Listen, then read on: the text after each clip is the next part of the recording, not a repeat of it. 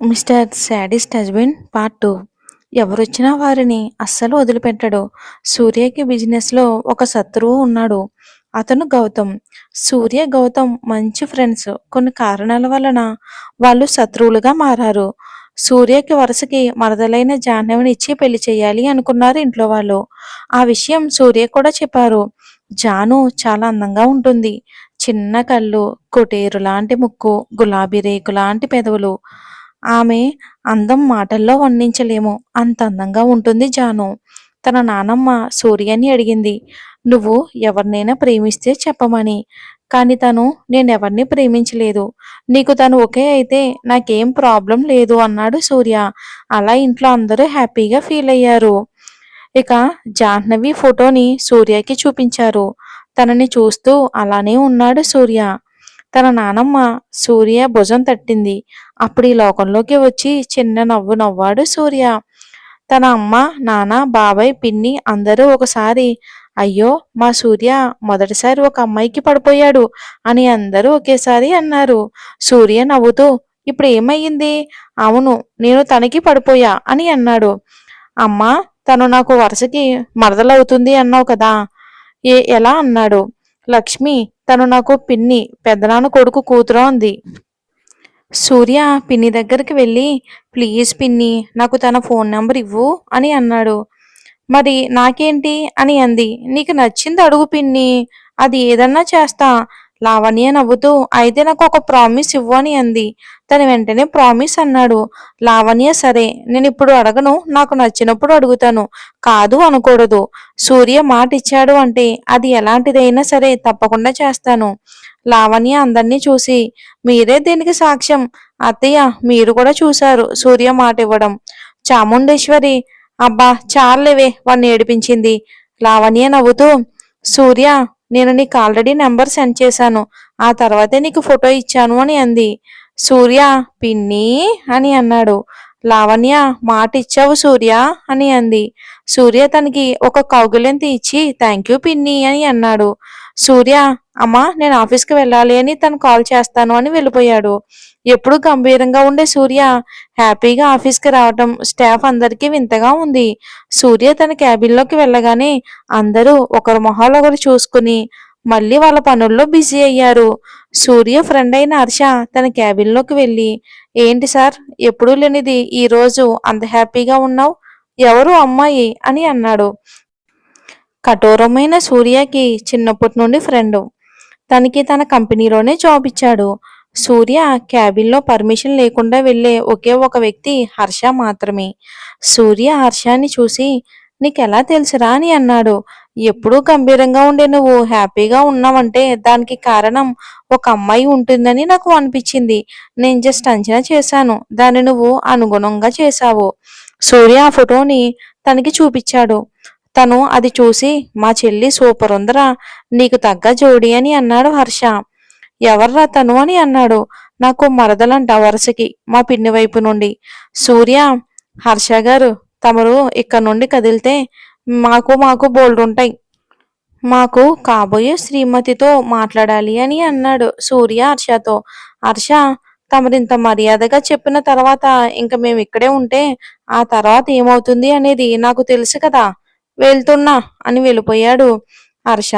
సూర్య నవ్వుతూ తన పిన్ని పంపిన నెంబర్కి కాల్ చేస్తాడు సూర్య. అటు నుండి కాల్ లిఫ్ట్ చేసి హలో అన్న సౌండ్ వినిపించింది.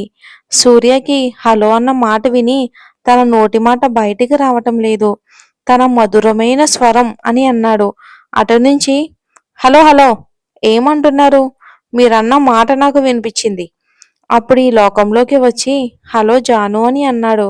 అటు నుంచి హలో మిస్టర్, ఎవరు నువ్వు, నా పేరు ఎలా తెలుసు అని అడిగింది.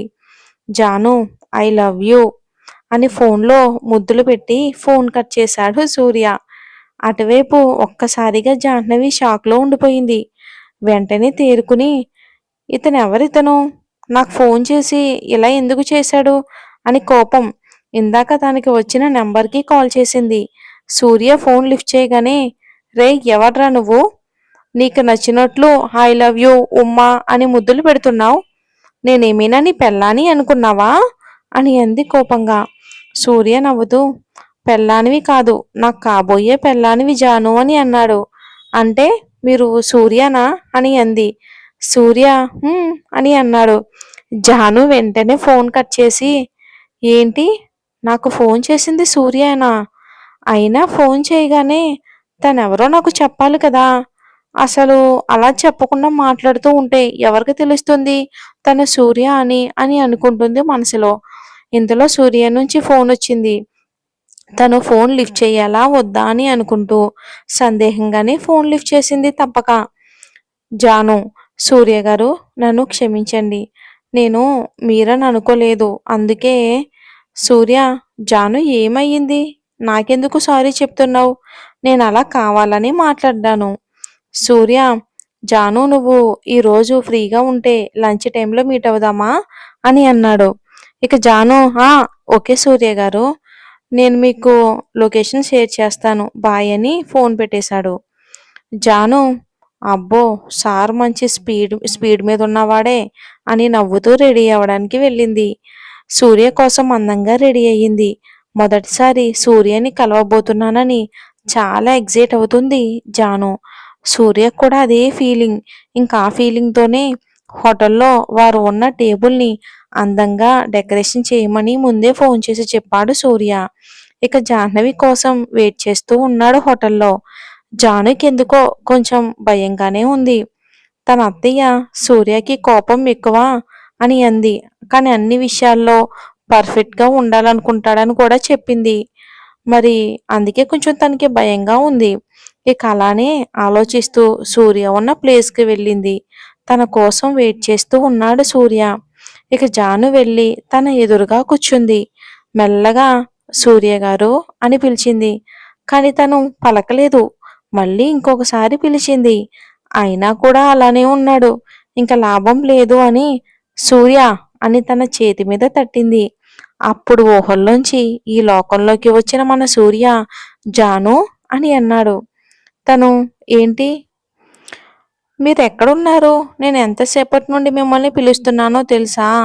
సూర్య, సారీ జాను, నిన్ను చూసి అలా ఉండిపోయాను. సూర్య గారు, మీరు నాతో మాట్లాడాలని రమ్మన్నారు. కానీ మీతో మాట్లాడాలి అంటే నాకు టెన్షన్‌గా ఉంది. అత్త చెప్పింది మీకు కోపం ఎక్కువని. అందుకే సూర్య, అందుకే అంటే ఏంటి చెప్పు జాను, నాకు భయంగా ఉంది. సూర్య లేచి జాను ముందు నిలబడి, ఒకసారి పైకి లే జాను అన్నాడు. తనని తిడతాడేమోనని జానుకి భయం వేసి పైకి లేచి నిలబడింది జాను. సూర్య వెంటనే తనని కౌగిలించుకున్నాడు. జానుకి ఒక్కసారిగా నోటి నుండి మాట రావడం లేదు. ఇక సు సు సూర్య గారు అని ఒక్కొక్క మాట కూడబలుకుతూ మాట్లాడుతుంది జాను. సూర్య జాను అలా మాట్లాడడం చూసి నవ్వుతూ, ఏంటి జాను, నీకు మాటలు రావటం లేదా అని తన చెవి దగ్గర చిన్నగా గాలూదాడు. ఇక సూర్య అలా చేయగానే జాను వెంటనే సూర్యాన్ని వెనక్కి తోసి తన గుండె మీద చెయ్యి పెట్టుకుని అక్కడ టేబుల్ మీద ఉన్న వాటర్ గడగడా తాగేసింది. సూర్య జాను భుజాలు పట్టుకుని మళ్ళీ కుర్చీలో కూర్చోబెట్టి తన కళ్ళల్లోకి చూస్తూ, ఇప్పుడు చెప్పు జాను, నా మీద నీకు ఎలాంటి అభిప్రాయం వచ్చింది? జాను, సూర్య గారు నాకు కొంచెం సమయం కావాలి అని అంది. ఓకే, ముందు లంచ్ చేసి అలా లాంగ్ డ్రైవ్కి వెళ్దామా అని అన్నాడు సూర్య.